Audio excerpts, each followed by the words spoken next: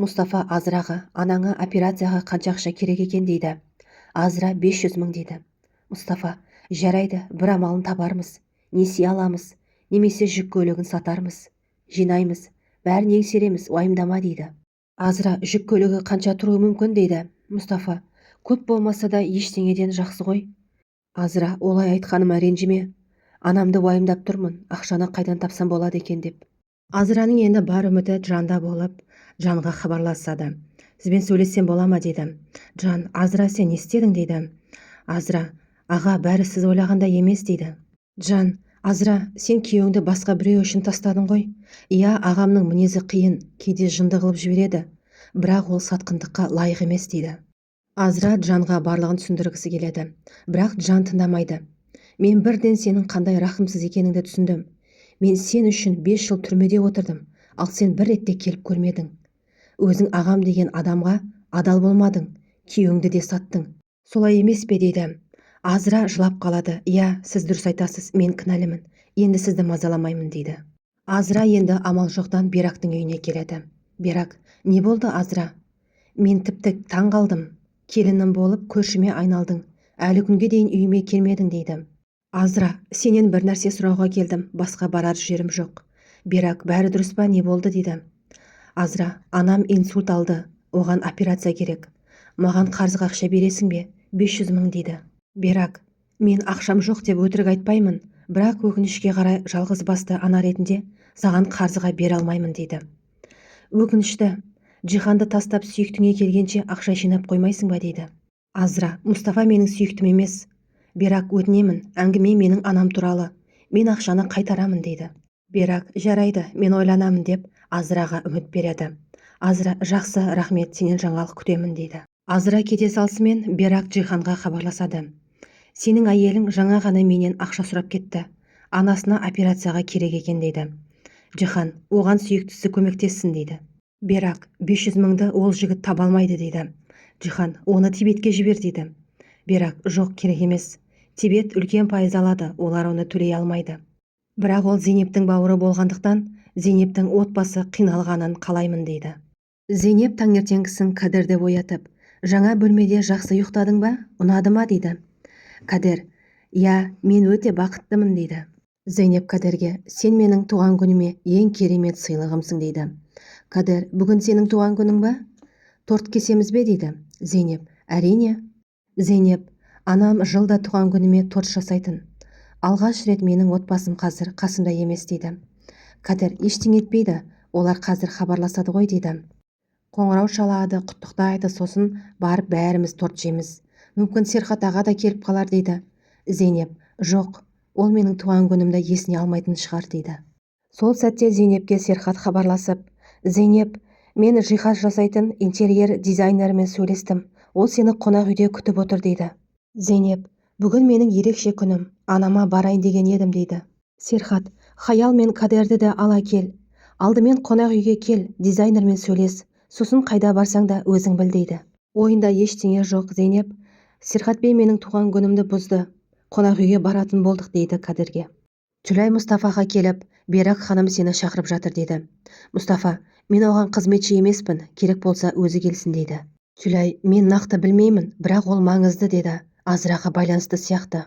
Зейнеп Кадерді қонақ үйдегі интерьер дизайнермен кездесеміз дейді. Кадер, ол кім дейді? Зейнеп, үйімізді әдемі ететін адам. Ата-анам менің туған күнімді ұмытып кеткен сияқты дейді. Кадер, ренжіме, менің де туған күнімді ешкім тойламайды, мен үйреніп кеткенмін дейді. Зейнеп, онда бір-бірімізге уәде берейік, әрқашан туған күнімізді ұмытпай атап өтейік дейді. Мұстафа Беракқа келіп, мені шақырдың ба? Азыраға не болды дейді. Берак, ол маған кеше келген дейді. Мұстафа, неге? Берак, анасына операцияға ақша керек екен. Ол менен қарызға ақша сұрады дейді. Мұстафа, керегі жоқ, мен ақшаны өзім табамын дейді. Берак, қалай? Егер несие алмақ болсаң, қай банк саған ондай ақша береді? дейді. Мұстафа, мен табамын дедім ба? Табамын дейді. Берак, Мұстафа, мен Азыраны шынымен жақсы көремін. Біз көп жыл отбасы болдық. Мен оған ешқашан жамандық ойлаған емеспін. Қазір көмектескім келеді. Мен қарыз бере алмаймын, бірақ бере алатын адамды білемін дейді. Мұстафа, ол кім ол дейді. Берак, Тибет дейді. Зейнеп пен Кадер қонақ үйге келеді. Қызметші шығып, Зейнеп ханым сізді мейрамханада күтіп отыр дейді. Зейнеп интерьер дизайнері ма дейді. Иә дейді. Мұстафа Тибетке келіп, Азраның анасының отасына керекті суманы алады. Уайымдамаңыз, мен адал адаммын, төлем уақытында болады дейді. Тибет, солай болады деп сенемін. Берак үшін ғана бейтаныс адамға ақша беріп отырмын. Бірақ қанша құрметтесем де, қарызды қайтармасаң өкінесің дейді. Зейнеп пен Кадер мейрамханаға кірсе, Зейнептің отбасы туған күніне тосынсый жасаған екен. Серхат Зейнепке тосынсый болсын деп, дизайнерді сылтауратып шақыртқан болады. Туған күніңмен қызым деп анасы Зейнепті құттықтайды. Эбру, анам үйде торт пісіргісі келген, бірақ Серхат бей осында атап өтуді талап етті дейді. Анасы Зейнепке сыбырлап, әкеңді әрең көндірдім дейді. Әкесі де Зейнепті туған күнімен құттықтайды. Зейнеп, рахмет әке. Мен әрқашан сені мақтан тұттым. Сен бұған еш күмәнданбашы дейді. Әкесі, әрине, мен өз қызымды білемін ғой дейді. Эбру да, әпке, туған күніңмен. Мен саған ренжулімін, бірақ сені қатты жақсы көремін дейді. Зейнеп, мен де сені жақсы көремін дейді. Зейнеп, Серхат, не істедіңіз дейді. Серхат, бәрін ұмытамыз, және сенің туған күніңді тойлаймыз дейді. Илкем Хаялға хабарласқандықтан, Хаял сыртқа шығып сөйлеседі. Илкем, не істеп жатсыңдар дейді. Хаял, ештеңе емес. Зейнеп әпкенің туған күнін қонақ үйде өткізіп жатырмыз дейді. Илкем, сендер бір отбасы болып кетіпсіңдер ғой дейді. Хаял, сен де келсей, әкең қуанып қалады дейді. Илкем, мен келмеймін, ол мені Кадерге айырбастады ғой дейді. Кадер болса да менің бөлмемде жайлы тұрып жатыр. Хаял, жоқ, әкең бәрін бұрынғы қалпына келтірді. Сен өзіңді бекер қинап жүрсің дейді. Илкем, мен ең болмаса тек өзімді қинап жүрмін, ал сен анамды да қинап жүрсің дейді. Хаял, ал сен әкемді қинап жүрсің дейді. Илкем ашуланып, телефон тұтқасын қоя салады. Сол жерде Хаял мен Омар танысып кетеді. Омар Хаялға, бұл сенің тортың ба дейді. Хаял, жоқ, менікі емес. Менің туған күнім өтіп кетті, және ол өте жаман болды. Анам комада жатқан еді дейді. Сенікі меніңкінің қасында түкте емес екен. Мен өз туған күнімде өз әкемді жерледім. Маған өте ауыр болды дейді. Бұл баяғыда болған. Ал қазір анаң жақсы ма дейді Хаялға. Хаял, иә, қазір жақсы дейді.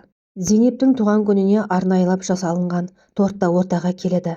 Кадер тортты көріп қатты қуанып кетеді.